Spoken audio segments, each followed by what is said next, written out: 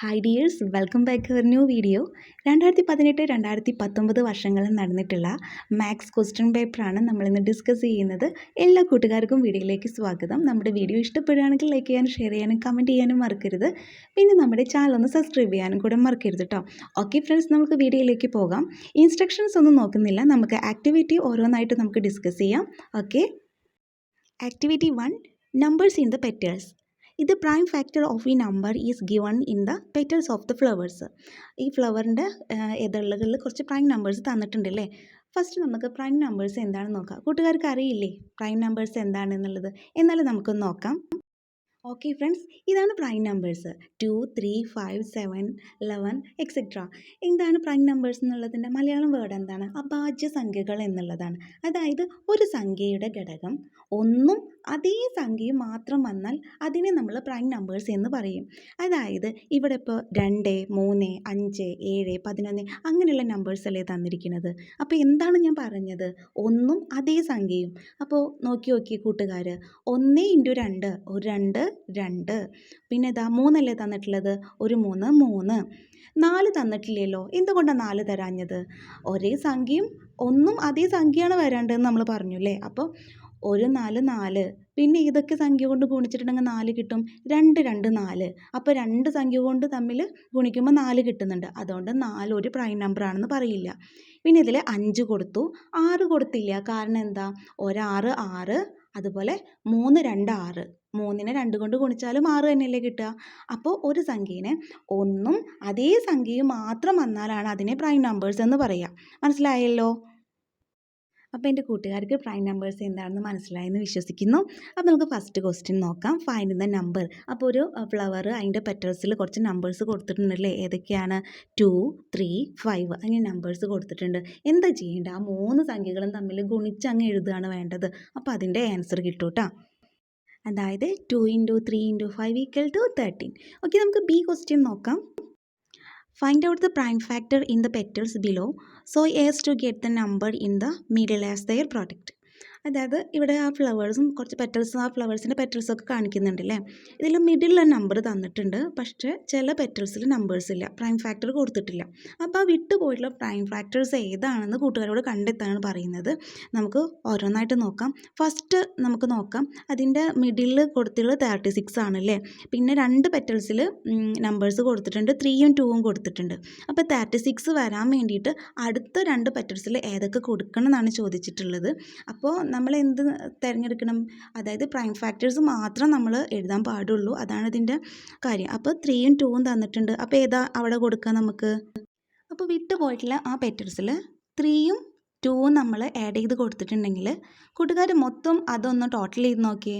3 × 2 × 3 × 2 = എത്രയാണ്? 36 കിട്ടിയിട്ടുണ്ടല്ലേ. അപ്പോൾ നമ്മൾ പ്രൈം ഫാക്ടേഴ്സ് മാത്രം കൊടുത്തിട്ട് ഈ പെറ്റൽസൊക്കെ കംപ്ലീറ്റ് ചെയ്യാനാണ് പറയുന്നത്.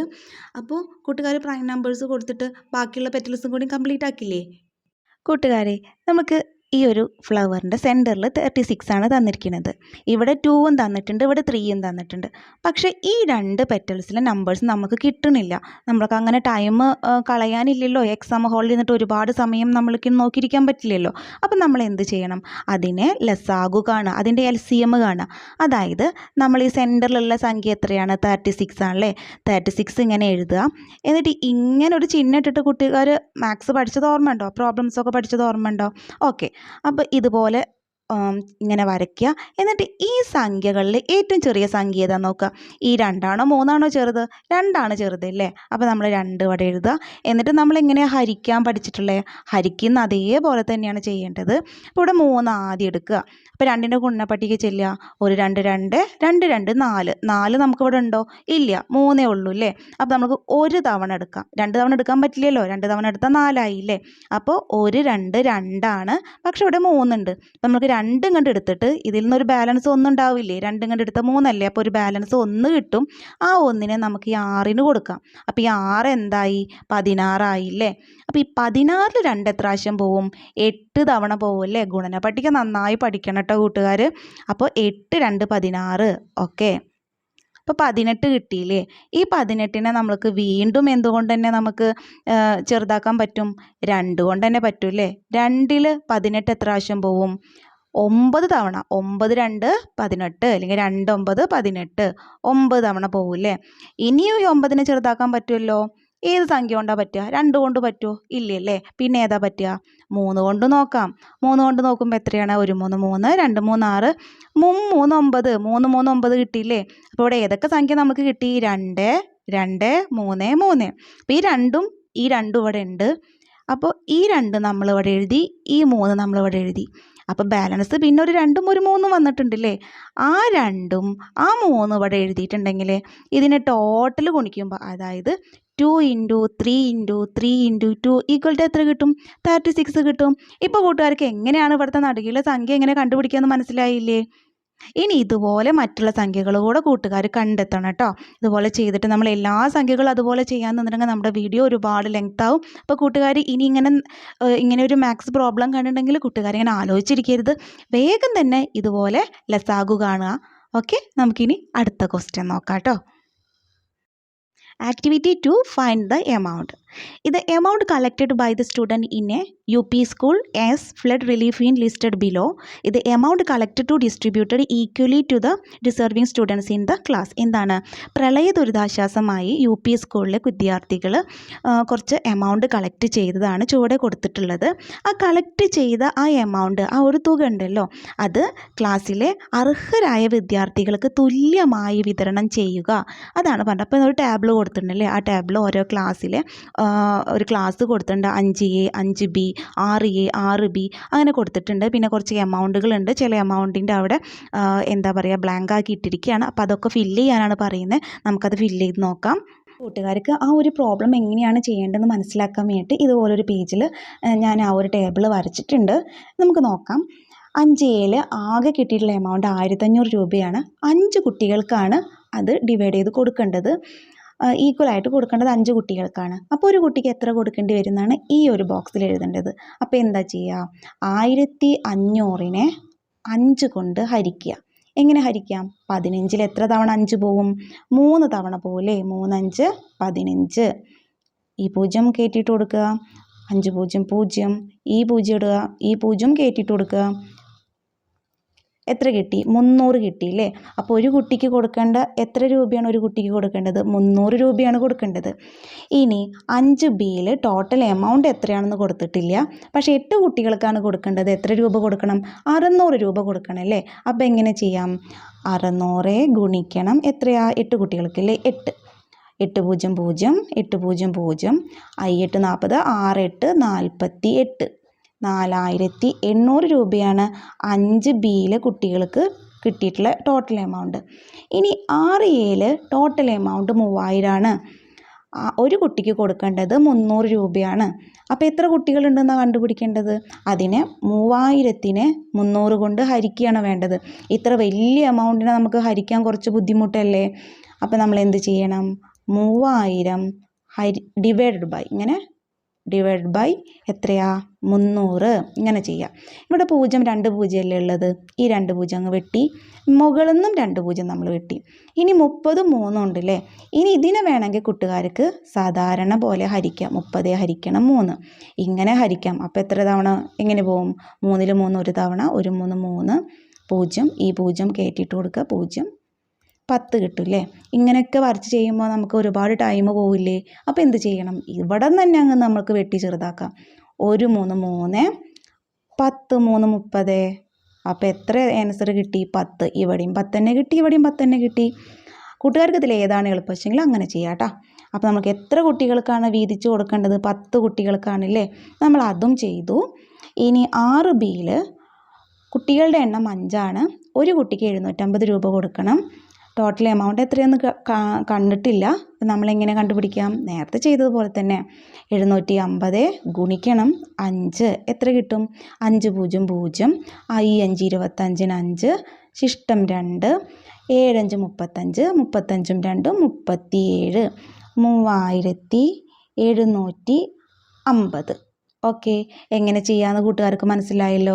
ഇനിയും ചിലപ്പോൾ കൂട്ടുകാരോട് ചോദിക്കും ടോട്ടൽ എമൗണ്ട് എത്രയാണെന്ന് ചോദിക്കും. അപ്പോൾ ടോട്ടൽ എമൗണ്ട് അങ്ങ് ആഡ് ചെയ്ത് കാണിച്ചു കൊടുക്കുക. അല്ലെങ്കിൽ ടോട്ടൽ കുട്ടികൾ എത്രയാണെന്ന് ചോദിക്കും. അതുപോലെ ചെയ്ത് കൊടുക്കുക. കൂട്ടുകാർക്ക് ഈ ഒരു ബോക്സ് എങ്ങനെ ഫില്ല് ചെയ്യേണ്ടതെന്ന് മനസ്സിലായല്ലോ. ഓക്കെ, ഇനി നമുക്ക് അടുത്ത ആക്ടിവിറ്റി നോക്കാം കേട്ടോ. ആക്ടിവിറ്റി 3ൽ a rectangular pot in front of Mannathanam government UP school is divided into 4 rectangular portions is show in the figure. 4 different plants are planted here. എന്താണ്? മണ്ണത്താനം ഗവൺമെൻറ് സ്കൂളിൻ്റെ ഫ്രണ്ടിൽ ഒരു ചതുരത്തിലുള്ള കുറച്ച് സ്ഥലമുണ്ട്. ആ സ്ഥലത്തിൽ 4 ഭാഗങ്ങളായിട്ട് കുറച്ച് ചെടികൾ, അതായത് കുറച്ച് പ്ലാന്റ്സുകൾ നട്ടിട്ടുണ്ട് എന്നാണ് കാണിക്കുന്നത്. അപ്പോൾ ആ പ്ലാന്റ്സുകൾ അതിൻ്റെ അവിടെ എത്ര സ്ക്വയർ ഫീറ്റിലാണ് അവർ അത് നട്ടിട്ടുള്ളതെന്നൊക്കെ കാണിക്കുന്നുണ്ട് അല്ലേ. അപ്പോൾ നമ്മൾ ക്വസ്റ്റ്യൻസ് നോക്കാം. Find the area of the plot where jasmine is planted. ഇതാണ് ഫസ്റ്റ് ക്വസ്റ്റ്യൻ. എന്താണ്? ജാസ്മിൻ പ്ലാന്റ് ചെയ്തിട്ടുള്ള ആ ഒരു ഏരിയ എത്രയാണെന്ന് കണ്ടെത്താനാണ് പറഞ്ഞിട്ടുള്ളത്. നമുക്കത് കാൽക്കുലേറ്റ് ചെയ്ത് നോക്കാം. ഫസ്റ്റ് ക്വസ്റ്റ്യനിൽ ഏരിയ കാൽക്കുലേറ്റ് ചെയ്യാനല്ലേ പറഞ്ഞിട്ടുള്ളത്. ഏരിയ കാൽക്കുലേറ്റ് ചെയ്യാനുള്ള ഇക്വേഷൻ എന്താണ്? L/B ആണല്ലേ. L/B ആണ്. ഇതിൽ ലെങ്ത് എന്ന് പറഞ്ഞത് എത്രയാണ്? 5 ആണല്ലേ. 5 × B എത്രയാണ്? 10 ആണ്. അപ്പോൾ എത്ര വരും? 10 × 5 എത്രയാണ്? 50 വരും അല്ലേ. ഓക്കെ, അപ്പോൾ ജാസ്മിൻ്റെ ആ ഒരു ഏരിയ എത്രയാണ്? 50 ആണ്. അപ്പോൾ കൂട്ടുകാർ മീറ്റർ എന്ന് എഴുതാൻ മറക്കരുത്, 50 മീറ്റർ. അപ്പോൾ നമുക്കിനി അടുത്ത ക്വസ്റ്റ്യൻ നോക്കാം. Find the length and width of the plot where ചെത്തി ഈസ് പ്ലാന്റഡ്. ചെത്തി എത്ര സ്ക്വയർ ഫീറ്റാണ് പ്ലാൻ ചെയ്തിട്ടുള്ളതെന്നാണ് ചോദിക്കുന്നത്. നമുക്കതൊന്ന് ചെയ്ത് നോക്കാം. ഓക്കെ കൂട്ടുകാരെ, ചെത്തി എത്ര സ്ക്വയർ ഫീറ്റാണ് ഇവിടെ പ്ലാൻ ചെയ്തിട്ടുള്ളത്? 30 സ്ക്വയർ ഫീറ്റ് ആണല്ലേ. പക്ഷേ ഇവിടുത്തെ നീളവും വീതിയും ലെങ്ത് ആൻഡ് വിഡ്ത്ത് ഒന്നും നമുക്ക് തന്നിട്ടില്ല. അത് നമുക്ക് കാൽക്കുലേറ്റ് ചെയ്യാൻ സുഖമല്ലേ. എന്താണ്? ജാസ്മിൻ ഇവിടെ എത്ര മീറ്ററാണ് ഇവിടെ കൊടുത്തിട്ടുള്ളത്? ജാസ്മിൻ പ്ലാൻ ചെയ്തിട്ടുള്ളത് 5 മീറ്ററാണ്. ഇവിടെ 5 മീറ്റർ ആണെന്നുണ്ടെങ്കിൽ ഇവിടെയും എത്ര മീറ്ററാണ് വരിക? 5 മീറ്റർ തന്നെയല്ലേ വരിക. ഓക്കെ, ഇവിടെ 30 സ്ക്വയർ ഫീറ്റാണ് ഇവിടെ പറഞ്ഞിട്ടുള്ളത്. അപ്പോൾ ഇവിടെ 5 ഉണ്ടെങ്കിൽ ഇവിടെ എത്രയായിരിക്കും? 5ൻ്റെ കൂടെ എത്ര ഗുണിക്കുമ്പോഴാണ് 30 കിട്ടുക? 5ൻ്റെ ഗുണപട്ടിക ഒന്ന് ചൊല്ലി നോക്കൂ. 1 5 5, 2 5 10, 3 5 15, 4 5 20, 5 5 25, 6 5 30. ഇപ്പോൾ ഇവിടെ 6 കിട്ടിയില്ലേ. അപ്പോൾ 5 ഗുണിക്കണം 6. അപ്പോൾ ഇതിൻ്റെ ലെങ്ത്തും ബ്രെഡ്ത്തും കിട്ടിയില്ലേ. ഓക്കെ ഫ്രണ്ട്സ്, നമുക്ക് നെക്സ്റ്റ് ക്വസ്റ്റ്യൻ നോക്കാം. ദ മെയ്ഡ് എ ബോൾവേഴ്സിറ്റി is fame around the plot where jamanthi is planted. Find the length of the fence. അതായത് ജമന്തി നട്ടിട്ടുള്ള ആ ഒരു സ്ഥലത്തിന് ചുറ്റും ഒരു വേലി കെട്ടണം. അപ്പോൾ ചുറ്റും ഒരു വേലി കെട്ടുകയെന്ന് പറഞ്ഞിട്ടുണ്ടെങ്കിൽ അതിൻ്റെ ചുറ്റളവാണ്, പെരിമീറ്ററാണ് കാണേണ്ടത് അല്ലേ. അപ്പോൾ പെരിമീറ്റർ എങ്ങനെയാണ് കാണുക? നമുക്ക് നോക്കാം. നിങ്ങൾക്ക് പെരിമീറ്റർ കാണാനുള്ള ഇക്വേഷൻ എന്താണ്? ഇക്വേഷൻ എന്ന് പറയുന്നത് 2 × L+B ആണല്ലേ. മനസ്സിലായല്ലോ. 2 × L+B ആണ്. അപ്പോൾ നമുക്ക് നോക്കാം. 2 × L എത്രയാണ്? L ഇവിടത്തെ കൊടുത്തിട്ടില്ലെങ്കിലും ഇവിടെ 20 കൊടുത്തിട്ടുണ്ടല്ലേ. അപ്പോൾ 20 + B എത്രയാണ്? ഇവിടെ കാണാനില്ല, പക്ഷെ ഇവിടെ കൊടുത്തിട്ടുണ്ടല്ലോ. ഇവിടുത്തെ അതേ അളവ് തന്നെ ആവില്ലേ ഇവിടെ ഉണ്ടാവുക. അപ്പോൾ 10 എത്ര കിട്ടും? 20ഉം 10ഉം 30. 2 × 30 എത്ര കിട്ടും? 60 കിട്ടുമല്ലേ. ഇപ്പോൾ എങ്ങനെ പെരിമീറ്റർ ചുറ്റളവ് കണ്ടുപിടിക്കുക എന്നുള്ളത് മനസ്സിലായല്ലോ. ഓക്കെ, നമുക്കിനി നെക്സ്റ്റ് ക്വസ്റ്റ്യൻ നോക്കാം. ആക്ടിവിറ്റി 3ലെ ലാസ്റ്റ് ക്വസ്റ്റ്യൻ എന്ന് പറയുന്നത് find the total area of the garden. ഈ ഗാർഡൻ്റെ ടോട്ടൽ ഏരിയ നമ്മളോട് കണ്ടുപിടിക്കാനാണ് പറയുന്നത്. ഏരിയ കണ്ടുപിടിക്കാനുള്ള ഇക്വേഷൻ എന്താണ്? L/B. ഓക്കെ, നമുക്കതൊന്ന് കാൽക്കുലേറ്റ് ചെയ്യാം. ഓക്കെ ഫ്രണ്ട്സ്, നമ്മൾ നേരത്തെ ഏരിയ കണ്ടുപിടിക്കാനുള്ള ഇക്വേഷൻ എന്താണെന്ന് പഠിച്ചിട്ടുണ്ടായിരുന്നു. എന്താണ്? L/B ആണല്ലേ. ലെങ്ത് ഇൻറ്റു ബ്രെഡ്ത്ത് ആണ്. ഓക്കെ, നമുക്കിതിൻ്റെ മൊത്തം ആണ് കണ്ടുപിടിക്കാൻ പറഞ്ഞിട്ടുള്ളത്. അപ്പോൾ നമുക്ക് ഇതിനെ 4 ബോട്ടായിട്ടാണല്ലോ തിരിച്ചിട്ടുള്ളത്. നമുക്കത് കണ്ടുപിടിക്കാൻ സുഖമാണ്. ഇവിടുന്ന് ഇങ്ങോട്ട് എത്രയാണ് തന്നിട്ടുള്ളത്? 10 അല്ലേ തന്നിട്ടുള്ളത്. 10 ആണ് തന്നിട്ടുള്ളത്. ഇവിടെ നിന്ന് ഇങ്ങോട്ട് എത്രയാണ് നമ്മൾ കണ്ടുപിടിച്ചത്? 6ഉം കണ്ടുപിടിച്ചു. അപ്പോൾ ഈ ഒരു ബ്രെഡ്ത്ത് എന്ന് പറയുന്നത് എത്രയാണ്? 10ഉം 6ഉം 16 ആണ്. 16. ഓക്കെ, ഞാൻ ഇതിൻ്റെ ലെങ്ത്ത് നോക്കാം. ലെങ്ത്ത് എത്രയാണ് തന്നുള്ളത്? ഇവിടുന്ന് ഇതുവരെ 20 തന്നിട്ടുണ്ട്. ഇത് കണ്ടില്ലേ, 20 തന്നിട്ടുണ്ട്. 20 ആണോ? ഇനി ഇവിടുത്തെ ഒരു ഇതും കണ്ടുപിടിക്കണം. എത്രയാണ്? 5 ആണ് തന്നിട്ടുള്ളത് അല്ലേ. 5. അപ്പോൾ 20ഉം 5ഉം എത്രയാണ്? 25. 25. ഇനി 25 ഗുണിക്കണം 16. ചെയ്ത് നോക്കൂ. 25 ഗുണിക്കണം 16 എത്രയാണ്? 6 5 30 0. ബാക്കി 3. 2 6 12. 12 3 15. ഇനി 1 5 5. 1 2 2. ഓക്കെ, 0. 5 5 10 0. ബാക്കി 1. 2 1 3 1 400. അപ്പോൾ ടോട്ടൽ ഏരിയ എന്ന് പറയുന്നത് എത്രയാണ്? 400 ആണ് അല്ലേ. 400 മീറ്റർ ആണ്. ഓക്കെ ഫ്രണ്ട്സ്, അപ്പോൾ നമ്മുടെ ഈ ഒരു ആക്ടിവിറ്റി 3ലെ ഫുൾ പ്രോബ്ലം നമ്മൾ ചെയ്ത് തീർത്തു. അപ്പോൾ ഫ്രണ്ട്സ്, നമ്മളിന്ന് 1 മുതൽ 3 വരെയുള്ള ആക്ടിവിറ്റീസാണ് കംപ്ലീറ്റ് ചെയ്ത്. നമുക്ക് മൊത്തം 7 ആക്ടിവിറ്റീസ് കംപ്ലീറ്റ് ചെയ്യാനുണ്ട്. ബാലൻസ് ആയിട്ടുള്ള ആക്ടിവിറ്റീസ് ഞാൻ ഉടൻ തന്നെ അപ്ലോഡ് ചെയ്യുന്നതായിരിക്കും. അപ്പം എല്ലാ കൂട്ടുകാർക്കും വിജയാശംസകൾ. വീഡിയോ ഇഷ്ടപ്പെടുകയാണെങ്കിൽ ലൈക്ക് ചെയ്യാനും ഷെയർ ചെയ്യാനും കമൻറ്റ് ചെയ്യാനും മറക്കരുത്. എല്ലാ കൂട്ടുകാരും ഒരിക്കൽ കൂടി വിജയാശംസകൾ നേരാണ്. അടുത്ത ദിവസം തന്നെ അടുത്ത വീഡിയോ അപ്ലോഡ് ചെയ്യുന്നതായിരിക്കും. അപ്പോൾ എല്ലാ കൂട്ടുകാർക്കും ബൈ.